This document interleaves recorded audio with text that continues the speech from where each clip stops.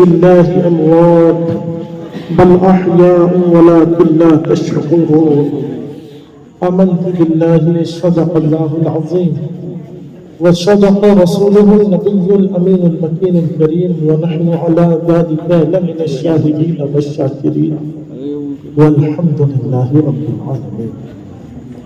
Stage پر موجود علماء کرام، حفاظ اعظام، نائب خان حضرات اور بالخصوص حضرت حافظ قاری عبدالکریم صاحب قبلہ اور عوام اہل سنت نائکہ مدلہ کے غیور سنی مسلمانوں، السلام علیکم ورحمۃ اللہ وبرکاتہ۔ وعلیکم السلام ورحمۃ اللہ وبرکاتہ۔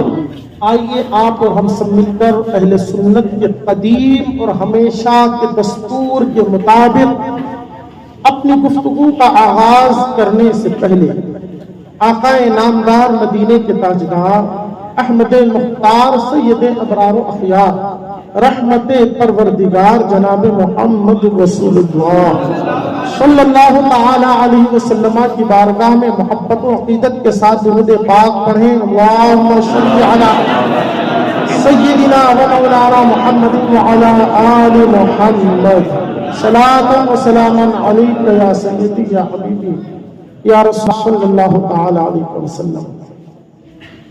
حضرت حافظ قاری عبدالکریم صاحب قبلہ نے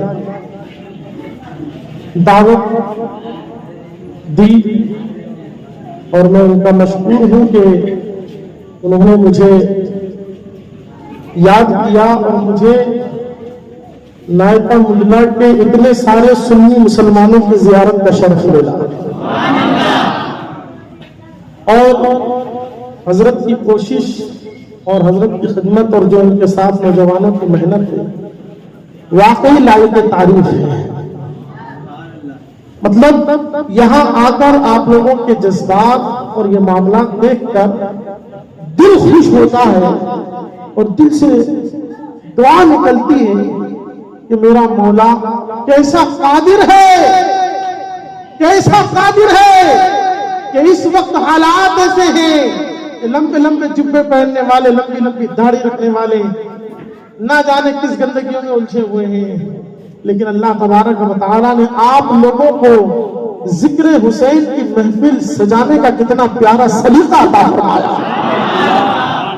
ماشاءاللہ، مبارکباد کے لائق ہیں آپ لوگ، اور جن لوگوں نے یہ کوششیں کی ہیں اللہ تعالیٰ ان حضرات کو بروز قیامت امام حسین کے دامن کرم میں جگہ عطا فرمائے انشاءاللہ۔ کیونکہ یاد رکھیں امام حسین نے جو قربانی دی، کیوں دی؟ پہلا سوال کیوں دی، پھر کیوں دینی پڑی؟ قربانی کا مقصد کیا تھا؟ کیا کوئی دوسرا راستہ نہ تھا؟ ان تمام چیزوں پر غور کریں کہ ہمارے دین کا مقصد کیا ہے۔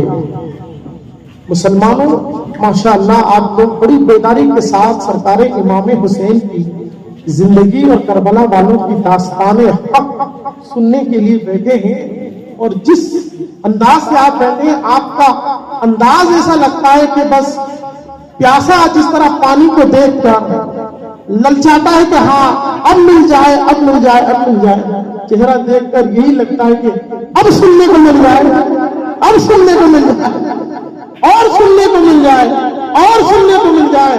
اللہ اکبر، اللہ اکبر۔ لیکن یاد رکھیں مصطفیٰ اور آل مصطفیٰ کا ذکر صرف سنیوں ہی کو نصیب ہے، ہاں ورنہ کچھ ایسے بھی ہیں کہ تمام پھول شگفتہ چمن میں رہتے ہیں اور میرے حضور گلوں کے بدن میں رہتے ہیں، اور منافقوں نے کہا لطف ذکر مصطفی، یہ بدنصیب تو ہمیشہ جلن میں رہتے ہیں۔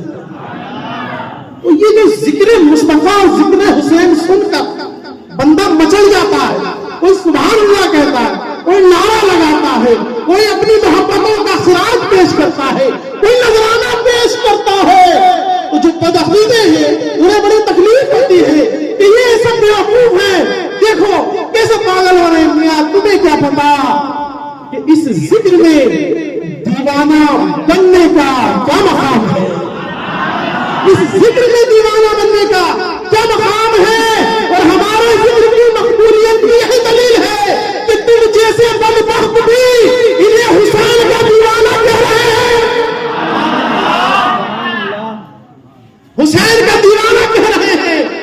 اور کوئی ہمیں حسین کا دیوانہ کہے، مستانہ کہے، حسین کے نام پر ہمیں پاگل کہے، یہ ہمارے لیے عیب اور برائی نہیں، یہ تو ہماری بخشش کا ذریعہ اور ہماری تعریف ہے۔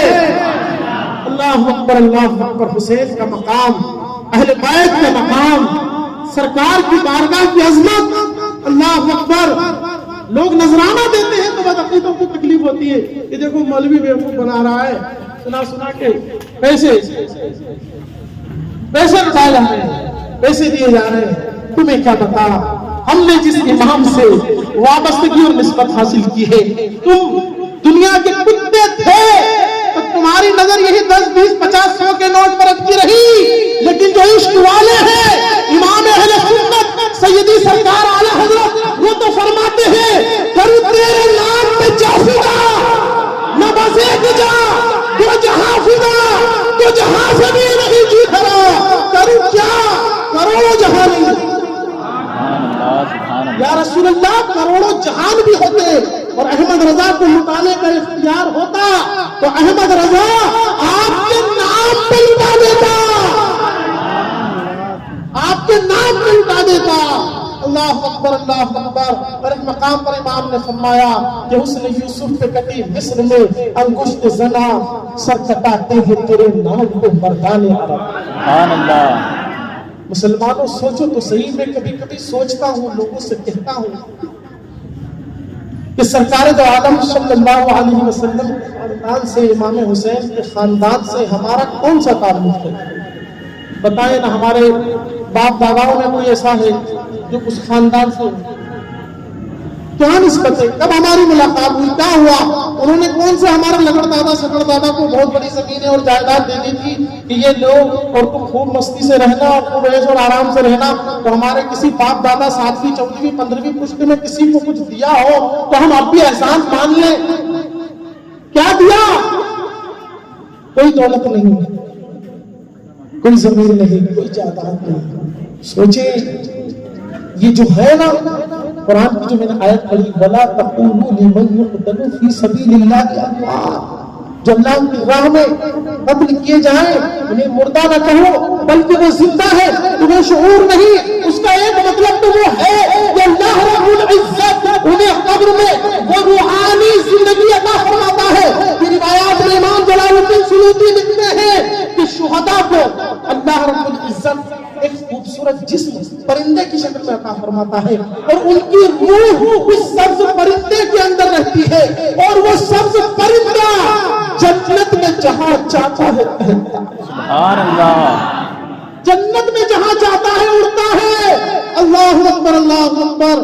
میرے آقا رحمت عالم صلی اللہ علیہ وسلم کے گھرانے کی عظمت، اللہ اکبر۔ سوچو تو صحیح مسلمانوں، کون سی نسبت ہے، کیا نسبت ہے؟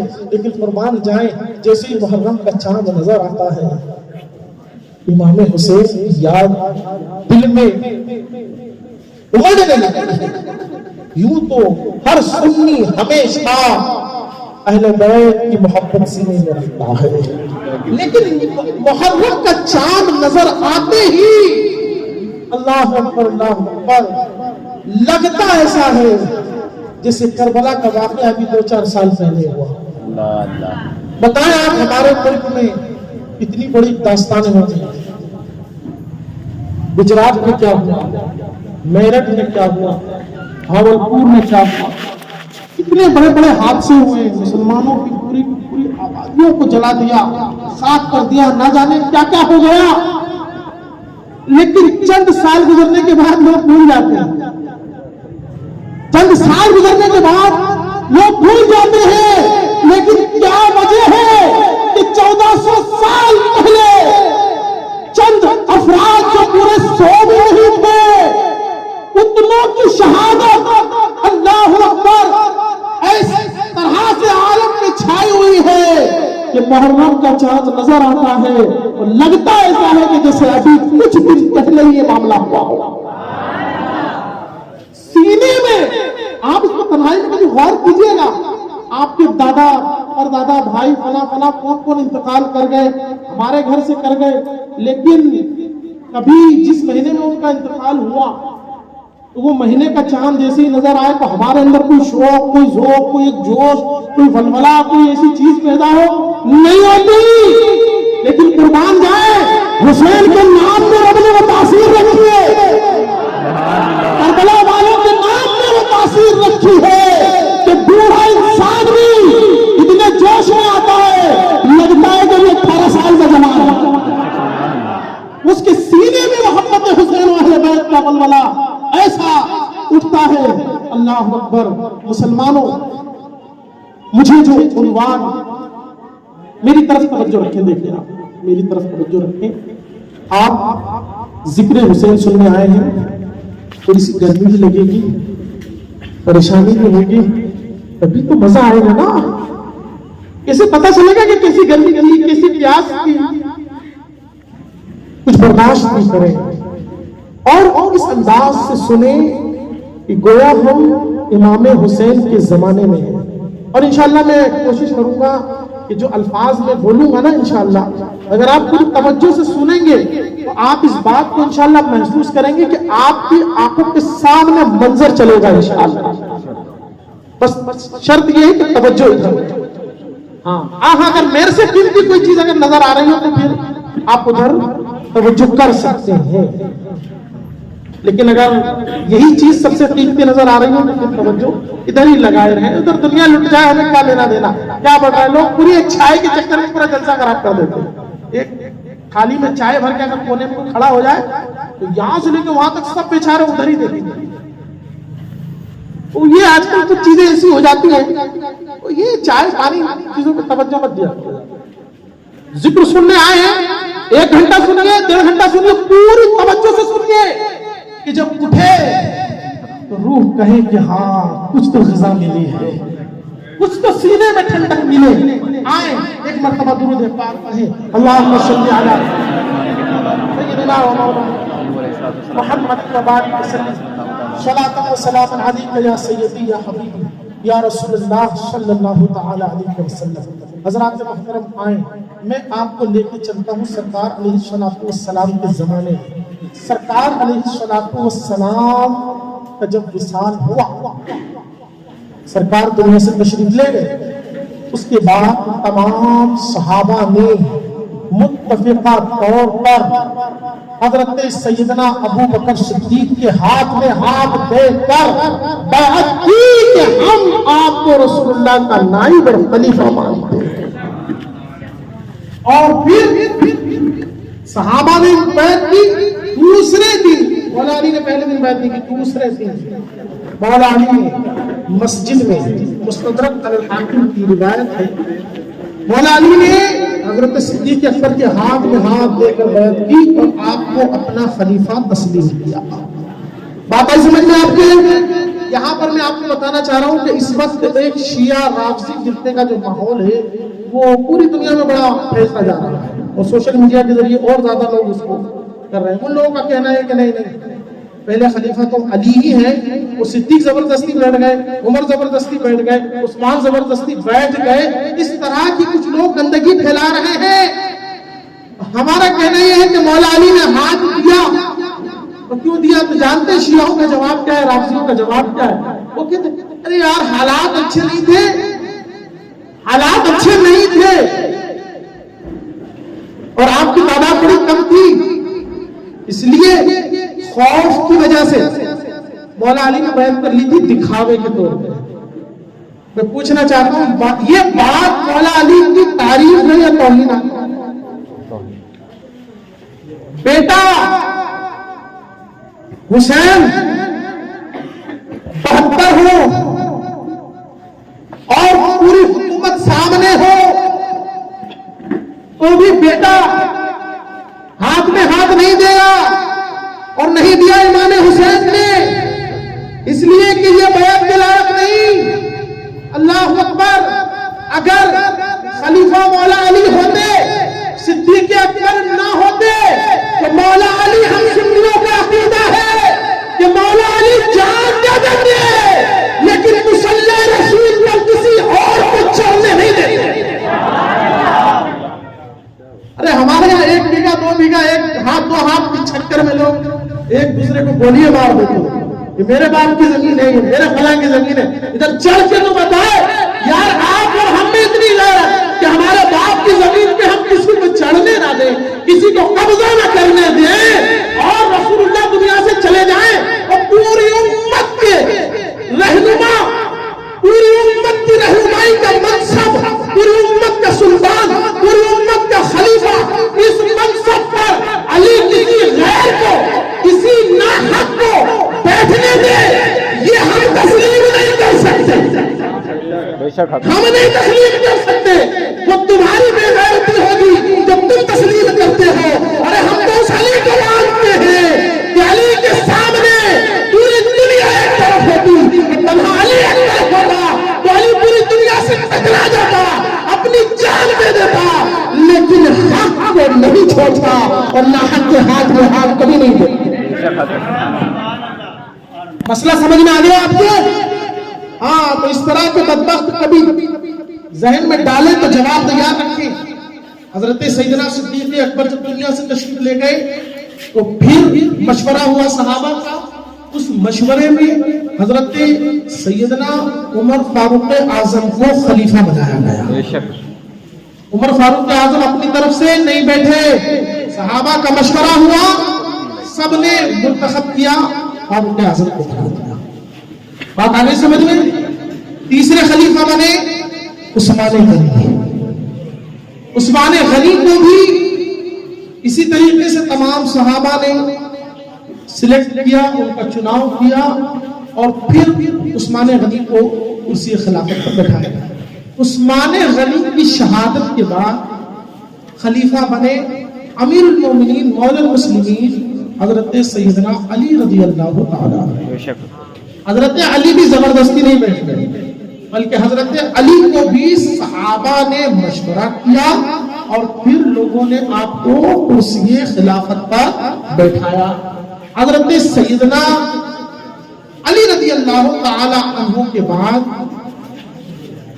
جب سیدنا علی شہید ہوئے تو حضرت علی رضی اللہ تعالی عنہ کی شہادت کے بعد حضرت سیدنا امام حسن بنے۔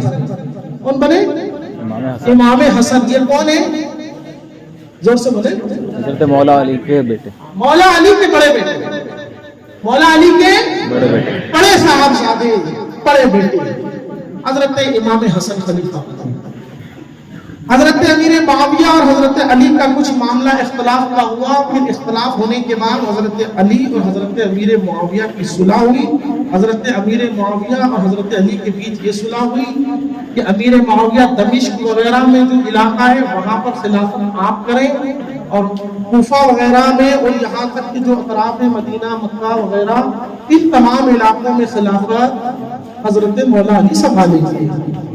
بات آگے سمجھ میں؟ اس فیصلے کو کس نے تسلیم کیا؟ مولائے کائنات نے، کہ امیر معاویہ آپ یہاں خلافت کریں، ہم یہاں خلافت کریں گے۔ اس کے بعد حضرت مولائے کائنات کے وصال کے بعد خلیفہ بنے امام حسن۔ کون بنے؟ امام حسن، امام حسن رضی اللہ تعالی عنہ۔ یہ بڑے شہزادے ہیں مولائے کائنات، یہ خلیفہ بنے۔ جب آپ خلیفہ بنے تو آپ 6 مہینے خلیفہ رہے۔ 6 مہینے جب خلیفہ رہے تو کچھ حالات گڑبڑ ہو رہے تھے، تو چونکہ امام حسن ایک جگہ پر بیٹھے ہوئے تھے، سرکار کی گود میں تھے، اور میرے آقا نے بخاری شریف کی روایت ہے، میرے آقا ارشاد فرماتے ہیں کہ ان ھذا ابنی سید، میرا یہ بیٹا سردار ہے۔ سبحان اللہ، امام حسن کی شان، سبحان اللہ، میرا یہ بیٹا سردار ہے، اور اللہ تبارک و تعالی اس کے ذریعے سے مسلمانوں کے 2 بڑے گروہ میں صلح کرا دے گا۔ سبحان اللہ۔ پتہ کیا چلا؟ دونوں بڑے گروہوں کو سرکار نے کیا فرمایا؟ مسلمانوں کے، یعنی دونوں گروہ کس کے تھے؟ مسلمانوں کے۔ حضرت امیر معاویہ والا جو گروہ تھا وہ بھی مسلمانوں کا، مولائے کائنات والا جو گروہ تھا مسلمانوں کا۔ مولائے کائنات اور امیر معاویہ میں جو ایک اختلاف ہوا تھا تو پھر وہ صلح ہو گئی، اپنے اپنے علاقے میں خلافت کرنے لگے۔ امام حسن جب خلیفہ بنے تو 6 مہینے کے بعد امام حسن نے خلافت پوری کی پوری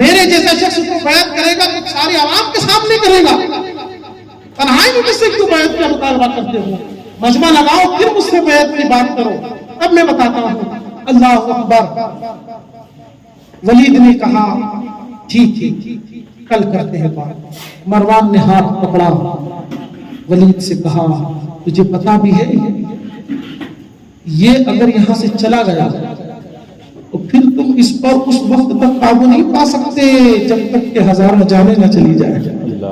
اس سے اچھا موقع کبھی ہاتھ نہیں آئے گا، کبھی ہاتھ نہیں آئے گا، یا تو ابھی بیعت لے لے یا ابھی سر قلم کر دے۔ اللہ اکبر۔ اس نے امام حسین کے منہ پر یہ بات کہی، امام حسین فرماتے ہیں تو میرا سر قلم کرے گا؟ وہ یہ پاگل پن کی باتیں کرتا ہے، سن تو نے بڑی بیوقوفی کی بات کی ہے، تو مجھے قتل نہیں کر سکتا۔ اللہ اکبر۔ ولید کے اوپر خوف خدا طاری ہوا۔ ولید نے کہا کہ میں بیعت نہ کرنے کی وجہ سے امام حسین کو نہیں قتل کر سکتا، بلکہ ساری دنیا کی دولت اور حکومت کے بدلے بھی امام حسین کا قتل کرنا یہ میرے بس کی بات نہیں ہے۔ اور یہ تک جملہ کہا کہ جس سے بروز قیامت امام حسین کے قتل کا سوال ہوگا وہ بڑی ہلکی تول والا ہوگا، یعنی اس کے پاس کوئی نام اعمال میں کوئی نیکی نہیں ہوگی، پورا خلاص کہے گا۔ اللہ اکبر۔ بہرحال ولید نے جانے دیا، امام حسین وہاں سے آئے۔ آنے کے بعد سب لوگ تو منتظر تھے کہ کیا ہوا کیا ہوا۔ گھر آ کر کے بتایا کہ امیر معاویہ دنیا سے چلے گئے اور یزید خلافت کے تخت پر بیٹھ گیا، اور اس نے مطالبہ کیا ہے کہ وہ ہم سے بیعت کرے۔ اب بیعت کی بات آ چکی ہے، اب کیا کریں؟ حضرت امام حسین رضی اللہ تبارک و تعالیٰ عنہ نے اب یہاں سے اپنا مشورہ پیش کیا کہ ہمیں اب یہاں سے مدینہ چھوڑ کر کے جانا ہے۔ وہ مدینہ جس گلیوں میں امام حسن اور امام حسین کا بچپنا گزرا، مسجد نبوی کی ایک ایک اینٹ جنہیں پہچانتی ہے، مسجد نبوی کا ایک ایک ذرہ جنہیں دیکھ کر کے مسکراتا رہا۔ اللہ اکبر۔ امام حسین رضی اللہ تعالیٰ عنہ کو اب مدینہ چھوڑنے کا جو موقع آیا، امام حسین رضی اللہ تعالیٰ عنہ کے دل پر کیسی گزری ہوگی، امام حسین کے دل پر کیسا ایک بوجھ آیا ہوگا کہ وہ مدینہ جو جان سے زیادہ پیارا ہے، وہ مدینہ جہاں نانا جان کی یادیں وابستہ ہیں، وہ مدینہ جہاں بابا جان کی یادیں وابستہ ہیں، وہ مدینہ جہاں امام حسن کی یادیں وابستہ ہیں، جہاں پر ہم اپنی آنکھوں سے دیکھتے تھے کہ نانا کس طرح دین کا پیغام پھیلاتے تھے، کس طرح نانا قرآن کی آیتیں سناتے تھے، دین سکھاتے تھے۔ امام حسین رضی اللہ تعالیٰ عنہ نے گھر میں کہہ دیا تیاری کرو، سب تیاری میں لگ گئے۔ امام حسین رضی اللہ تعالیٰ عنہ مزار مصطفیٰ پر آتے ہیں اور سرکار کے مزار پر آنے کے بعد کھڑے ہوتے ہیں، ہچکیاں بند جاتی ہیں، سانس تیزی سے چلنے لگتی ہے، رونے لگتے ہیں، زاروں قطار آنکھوں سے آنسو بہ رہے ہیں۔ عرض کرتے ہیں یا رسول اللہ، نانا جان آپ کے نواسے کو مدینہ چھوڑنا پڑ رہا ہے۔ حضرت سیدنا امام حسین رضی اللہ تعالیٰ عنہ بہت دیر تک روتے رہے۔ ادھر گھر کے لوگ تیاری میں تھے، رات کا آخری پہر چل رہا ہے، لوگ میٹھی نیند میں سو رہے ہیں، ٹھنڈی ہوا مدینے کی چل رہی ہے، لوگ اپنے اپنے بستر پہ آرام سے سوئے ہیں، لیکن اہل بیت کا یہ گھرانہ اپنے ساز و سامان کو سمجھ رہا ہے، اپنی ضرورت کے اسباب کو سمجھ رہا ہے۔ اب چھوٹے چھوٹے بچے اور پاکیزہ خواتین اور لڑکیاں اور نوجوان کہیں اور سفر کی تیاری میں ہے، سب نے سفر میں تیاری کر لی، جانوروں پر سامان لاد دیا گیا۔ رات کے اس سناٹے میں خاموشی کے ساتھ روانہ ہو رہے ہیں۔ امام حسین رضی اللہ تعالیٰ عنہ کی نظروں میں کیا وہ وقت نہ آیا ہوگا؟ یہ وہی مدینہ ہے کہ جب میرے نانا جان کو مکہ والوں نے ستایا تو نانا جان نے مکہ چھوڑا، اور مکہ چھوڑنے کے بعد نانا جان مدینے آئے۔ مدینے والوں کو خبر ہو چکی تھی کہ رسول اللہ تشریف لا رہے ہیں، حضور آ رہے ہیں، حضور آ رہے ہیں۔ روزانہ سنیت الوداع پہاڑی پہ چڑھ چڑھ کر بار بار دیکھتے تھے آج حضور کا قافلہ آ جائے، آج آ جائے، آج آ جائے۔ اللہ اکبر، اللہ اکبر۔ پھر ایک دن وہ بھی آیا کہ سرکار کا قافلہ مدینے پہنچا. جب سرکار کا قافلہ مدینے پہنچا اس شان و شوکت کے ساتھ وہاں کے مسلمانوں نے سرکار کا استقبال کیا, سرکار کا جلوس نکالا, سرکار کے لیے محبتوں کے ترانے گائے. چاروں طرف سے مرحبا مرحبا کی صدائیں تھیں. عورتیں اور بچے اپنے مکانوں کی چھت پر کھڑے ہو کر مرحبا یا مصطفیٰ مرحبا یا محمد کے نعرے لگا رہے تھے. ایک وقت وہ تھا کہ مصطفیٰ جان رحمت کو شان و شوکت کے ساتھ پر استقبال کے ساتھ مدینے لایا جا رہا تھا, اور آج وہ وقت آیا ہے کہ اسی مصطفیٰ جان رحمت کے نواسے کو رات کے سناٹے میں خاموشی کے ساتھ سوار ہو کر کے جانا پڑ رہا ہے. کتنی تکلیف امام حسین کے قلب پر ہوگی. اللہ اکبر. ہم تو تھوڑی دیر کے لیے یہاں سے کوئی حاجی جاتا ہے تو مدینہ شریف سے پلٹتا ہے تو آنکھوں میں آنسو آ جاتے ہیں. سوچیں امام حسین کا دل کیسا ہو رہا ہوگا کہ اگر قابو نہ کریں تو دل پھٹ کے دو ٹکڑے ہو جائیں. لیکن امام حسین رضی اللہ تعالیٰ نے جانتے تھے کہ نانا جان نے جو ہمیں بچپنے میں بتایا تھا کہ میری امت کے کچھ لوگ میرے حسین کو کربلا کی سرزمین پر شہید کریں گے, امام حسین سمجھ گئے تھے کہ اب وہ وقت قریب آ گیا. امام حسین مدینے سے نکلے. آپ مدینے سے کتنی تاریخ کو نکلے؟ شعبان کی 4 تاریخ. کتنی؟ شعبان کون سا مہینہ ہوتا ہے؟ رمضان سے جو پہلا مہینہ ہوتا ہے نا, تب آپ نکلے. وہاں سے نکلے, کئی دنوں کا سفر کر کے آپ مدینے مکہ شریف پہنچے. مکہ شریف میں آپ نے پورا رمضان گزارا. رمضان گزارنے کے بعد پھر حج کے ایام شروع ہو گئے. پھر آپ ذی القعدہ کا بھی پورا مہینہ رہے, ذی الحج تک رہے. 9 تاریخ کو میدان عرفات میں حاجی پہنچتے ہیں. مین اصل جو حج کا رکن ہے عرفات کا وقوف ہے.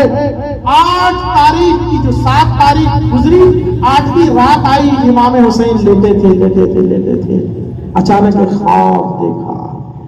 اس خواب میں اشارہ تھا حسین اپنی منزل کی طرف بڑھو, اپنی منزل کی طرف بڑھو. یہاں پر حضرت سیدنا امام حسین جیسے ہی مکہ پہنچے تھے, مدینے سے روانہ ہوئے تھے, خبر چاروں طرف پھیل گئی تھی کہ امام حسین نکل کر کے مکہ چلے گئے. تو کوفہ کے جو لوگ تھے انہوں نے خوب خط لکھے. وہ تو امیر معاویہ کی زندگی میں ہی یزید کے خلافت پر بیٹھنے سے پہلے ہی وہ لوگ بہت خط لکھتے تھے, یہاں آ جائیے, یہاں آ جائیے, یہاں آ جائیے, ہم آپ کا ساتھ دیں گے, یہ کریں گے, وہ کریں گے. امام حسین نے ہمیشہ منع کیا. لیکن پھر جب یزید تخت پر بیٹھ گیا اور مکہ پر امام حسین پہنچ گئے مکہ, تو وہاں پر ان لوگوں نے بہت خط بھیجے. جب خط بہت آئے, بڑے بڑے گروہ تھے, بڑی بڑی ان کی ایک قبیلہ, ایک خاندان, یہ خاندان, وہ خاندان, اس خاندان کے جو بڑے بڑے سردار ہوتے تھے وہ لوگ خط لکھتے تھے. یعنی وہ خط گننے میں ایک ہے لیکن اس خط کے پیچھے کئی سو ہیں, کئی سو لوگ ہیں. تو اس طرح سے امام حسین کے پاس 100 سے زیادہ خط پہنچے.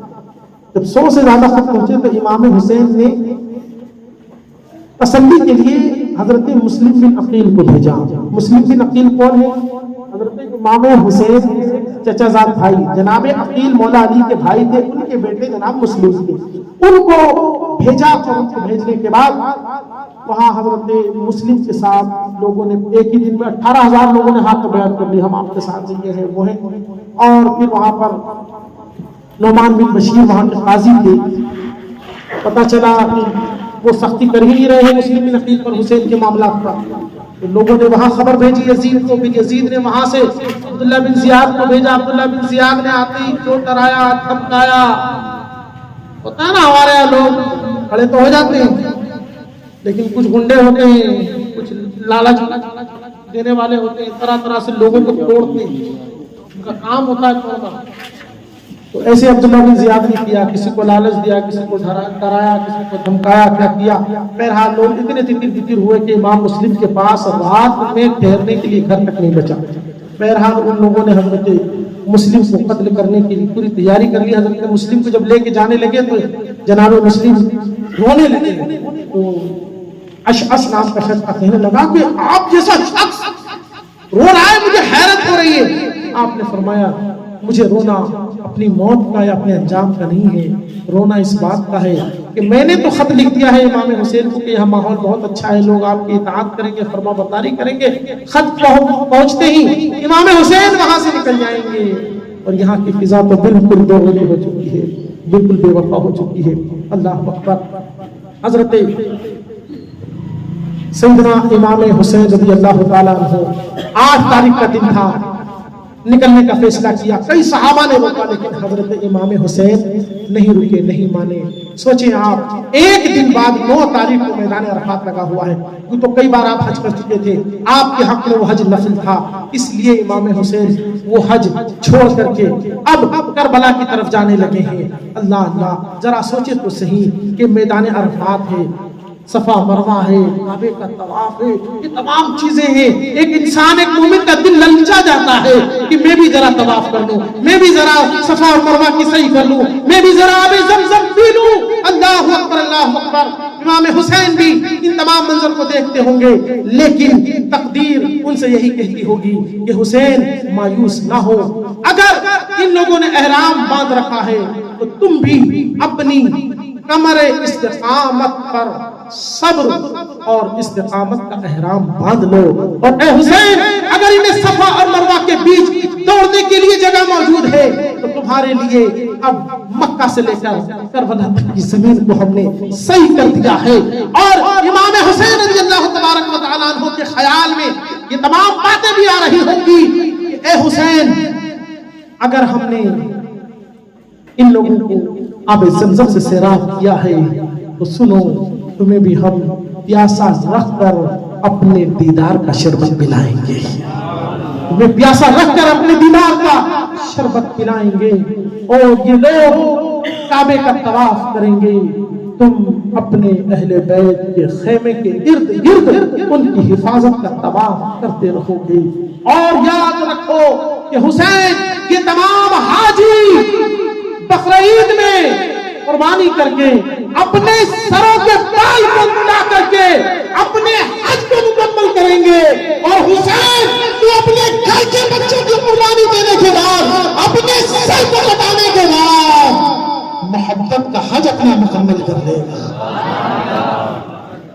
سوچیں یہ منظر، سوچیں اتنی بھیڑ تھی، امام حسین چاہتے تو وہیں کھڑے ہو جاتے، میدان عرفات میں تقریر چالو کر دیتے، لوگوں یزید ایسا ہو گیا ہے اور ہمیں یہ کرنا ہے، ہمیں وہ کرنا ہے، لیکن امام حسین عام لوگوں کو آزمائش میں ڈالنا نہیں چاہتے تھے۔ اتنا بڑا میدان عرفات لگا تھا، ایک دن بعد میدان عرفات میں اتنے مسلمان ہوتے، اتنی تعداد ہوتی، لیکن امام حسین نہیں چاہتے تھے کہ لوگ آزمائش میں پڑیں، کیونکہ امام حسین کو معاملہ معلوم تھا کہ مقابلہ بڑا سخت ہونا ہے، پھر یہ لوگ اس کی طاقت رکھتے ہیں نہیں رکھتے ہیں۔ امام حسین رضی اللہ تعالیٰ عنہ اب وہاں سے روانہ ہوئے اور پھر کربلا کی سرزمین پر آپ پہنچے ہیں۔ حضرات محترم، میری گفتگو کا عنوان یہی تھا کہ امام حسین نے کربلا کس طرح چھوڑا، مدینہ کس طرح چھوڑا اور کس طرح مکہ پہنچے۔ یہ چیزیں مجھے بیان کرنا تھی، یہ میں نے آپ کے سامنے بیان کی۔ اب آپ ذرا غور کریں، امام حسین رضی اللہ تعالیٰ عنہ نے جو کچھ قربانیاں دی، جو کچھ قربانی پیش کی، اس لیے پیش کی، اس لیے کہ قرآن و سنت کا جو نظام بنا ہوا ہے، قرآن و حدیث پر چلنے کا جو نظام بنا ہوا ہے، شریعت مصطفیٰ پر چلنے کا جو نظام بنا ہوا ہے، وہ نظام برقرار رہے، وہ نظام چلتا رہے۔ امام حسین رضی اللہ تعالیٰ عنہ کے جذبات یہی تھے کہ حسین رہے نہ رہے، نانا کا دین ہمیشہ رہے،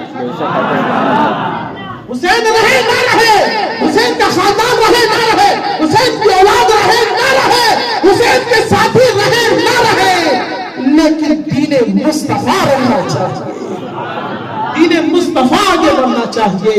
مسلمانوں ہم جس امام حسین کی بات کرتے ہیں اس امام کی زندگی کو اٹھا کے دیکھیں، اللہ اکبر، تقوی و طہارت کے ایسے علم بردار تھے کہ دنیا انہیں دیکھ کے رشک کرتی تھی کہ کیا نماز پڑھتے ہیں، کیا انداز عبادت ہے، کیا انداز گفتگو ہے، کیا انداز سخاوت ہے۔ انشاءاللہ تبارک و تعالی پھر کبھی آنے کا موقع ہوا تو آپ کو سناؤں گا کہ آقا حسن اور آقا حسین ان دونوں کے اندر سخاوت کا جو میرے آقا کی شان تھی نا، کیا لے جائے اللہ تبارک و تعالیٰ نے وہ شان کا صدقہ امام حسن و حسین کو عطا فرمایا تھا۔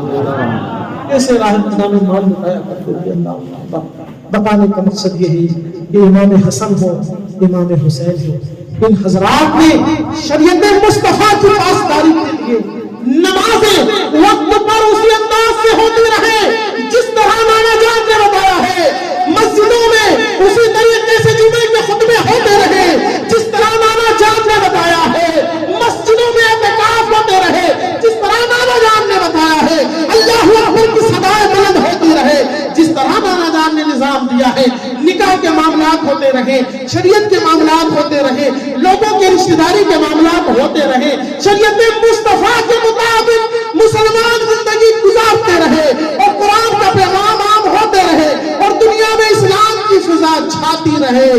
یہی حضرت سیدنا امام حسین رضی اللہ تعالیٰ عنہ کی زندگی کا مقصد تھا۔ لیکن سوچیں آج ہم اس مشن سے کتنے دور ہو گئے، کتنے دور ہو گئے۔ امام حسین کی صحبت میں بیٹھنے والوں کا حال یہ تھا، ان کے دیوانوں کا حال یہ تھا کہ وہ لوگ جس بستی میں چلے جاتے ایمان کی بہار آ جاتی، اسلام کی بہار آ جاتی، عدل و انصاف کا بول بالا ہوتا۔ آج ہم نام بھی لیتے ہیں، نعرہ بھی لگاتے ہیں، جان دینے کو تیار ہیں، اس بات کا ہم دعویٰ بھی کرتے ہیں، مگر یاد رکھیں جو چیز امام حسین کو اپنی جان سے زیادہ پیاری تھی وہ شریعت مصطفیٰ تھی۔ تو امام حسین نے جس کے لیے اپنے آپ کو قربان کیا، تو ہم امام حسین سے قربان ہونے کی تو بات کر رہے ہیں، لیکن جس کے لیے امام حسین نے قربانی دی ادھر ہماری قربانیوں کا کیا معاملہ ہے؟ شریعت مصطفیٰ کے معاملے میں ہمارا کیا معاملہ ہے؟ محرم آتا ہے، ہماری قوم نہ سوچتی ہے نہ سمجھتی ہے، آپ نے ڈنڈا اٹھایا، ڈھول اٹھایا، یار سوچو تو صحیح یہ کیا ہے، تم خود سوچو۔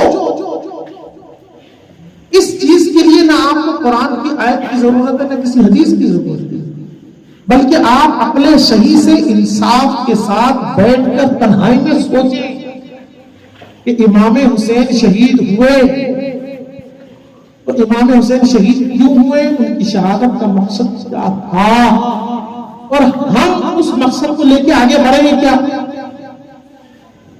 بتائیں، سوچنے کی بات۔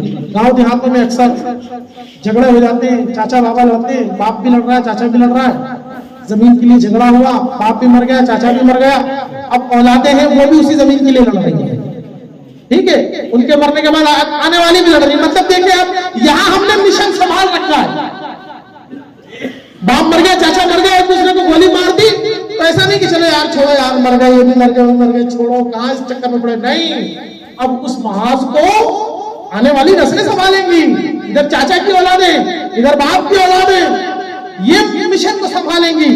اللہ اللہ ہمیں اس طرح کے مشن سے یاد رہتے ہیں۔ لیکن امام حسین نے قربانی کس لیے دی؟ امام حسین نے قربانی کس لیے دی؟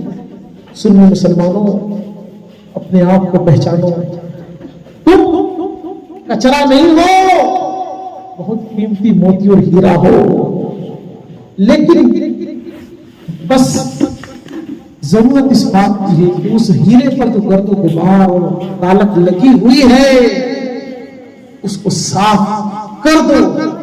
جس دن وہ گرد صاف ہو گئی دنیا تمہاری چمک دیکھ کر تمہارے قدموں کی طرف آئے گی۔ آج جو یہ خلاف بھونکتے ہیں نا، اس لیے بھونکتے ہیں کہ خود ہمارے کردار اچھے نہیں ہیں، ہمارے اخلاق اچھے نہیں ہیں.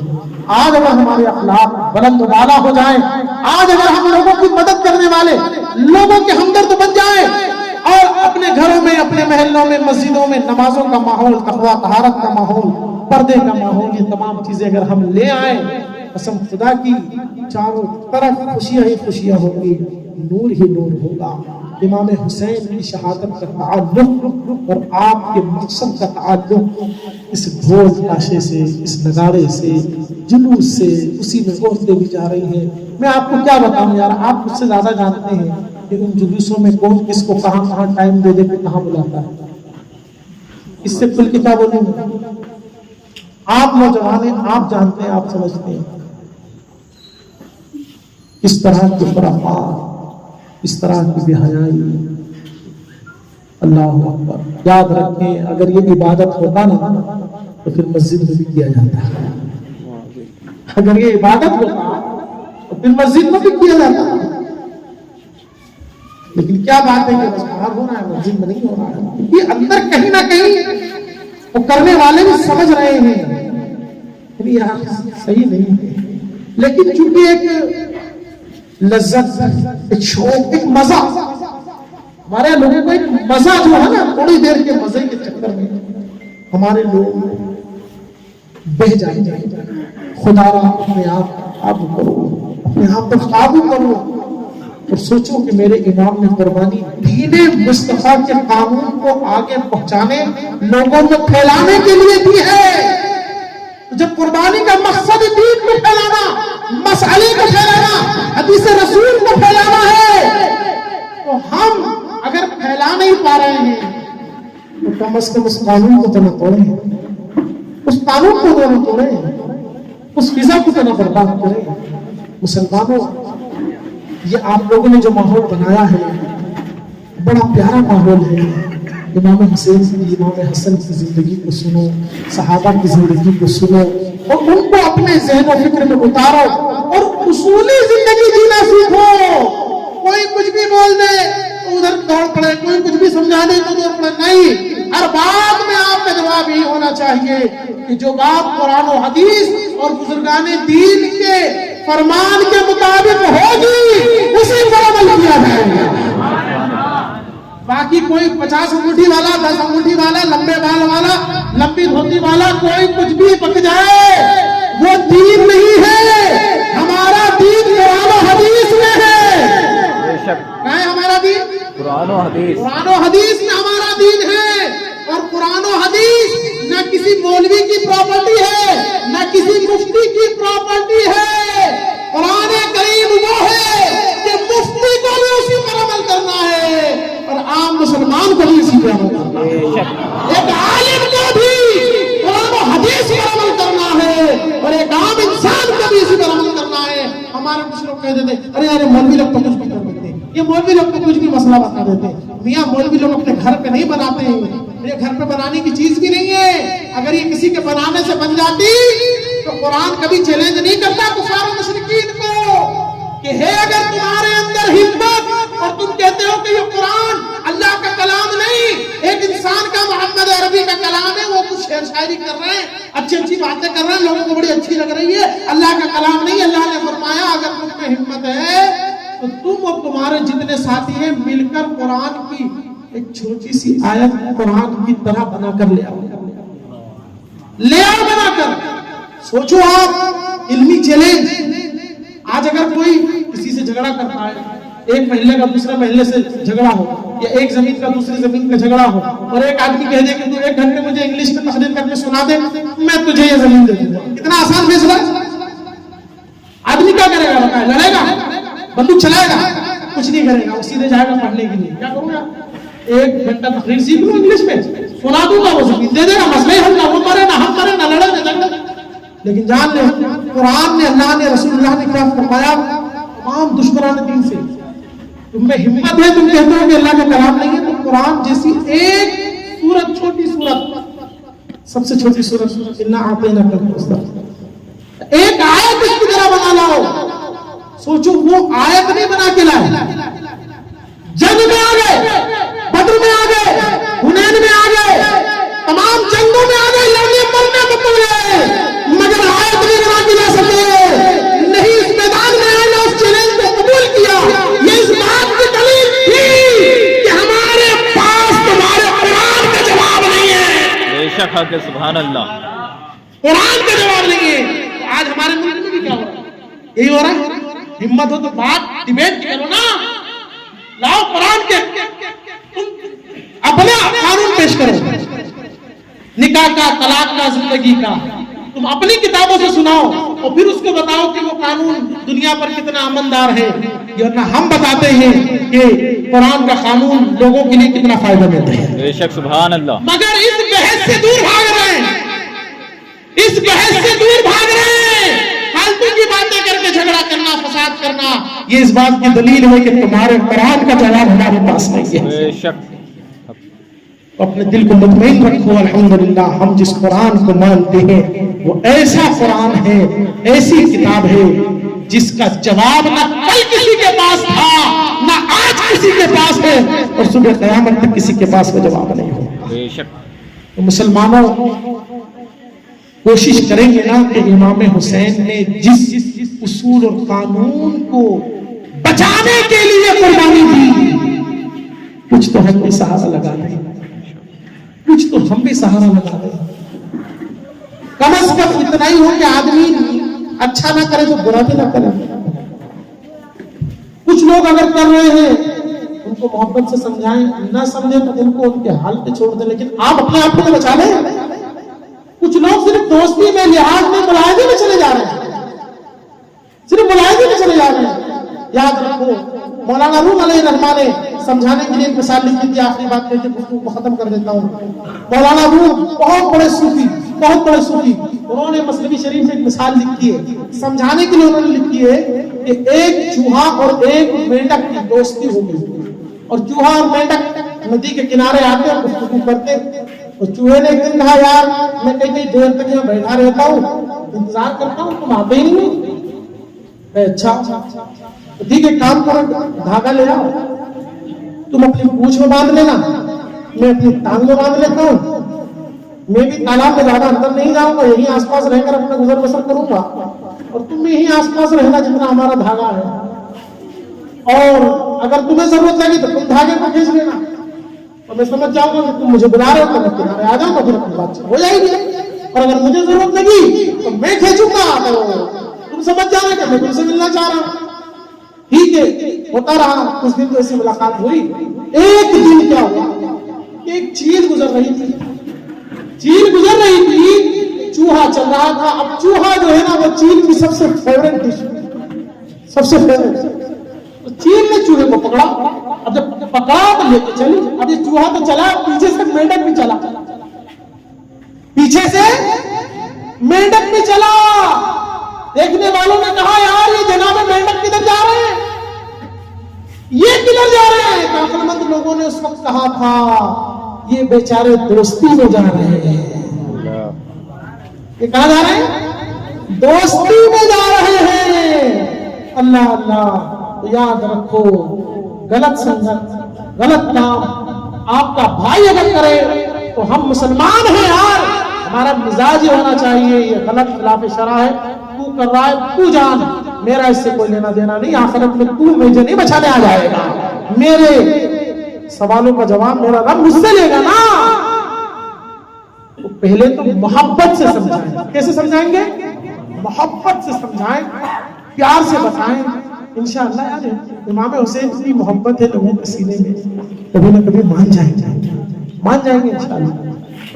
اور اگر وہ نہیں مانتا تو اس کے حال پہ چھوڑ دیں، اس سے جھگڑنا نہیں، کیونکہ ہے تو وہ بھی سننی ہے، اس سے جھگڑو مت، لڑو مت، لڑائی جھگڑا نہیں ہونا چاہیے، محبت سے انہیں سمجھاؤ کہ یار یہ دین مصطفیٰ کے قانون کے خلاف ہے۔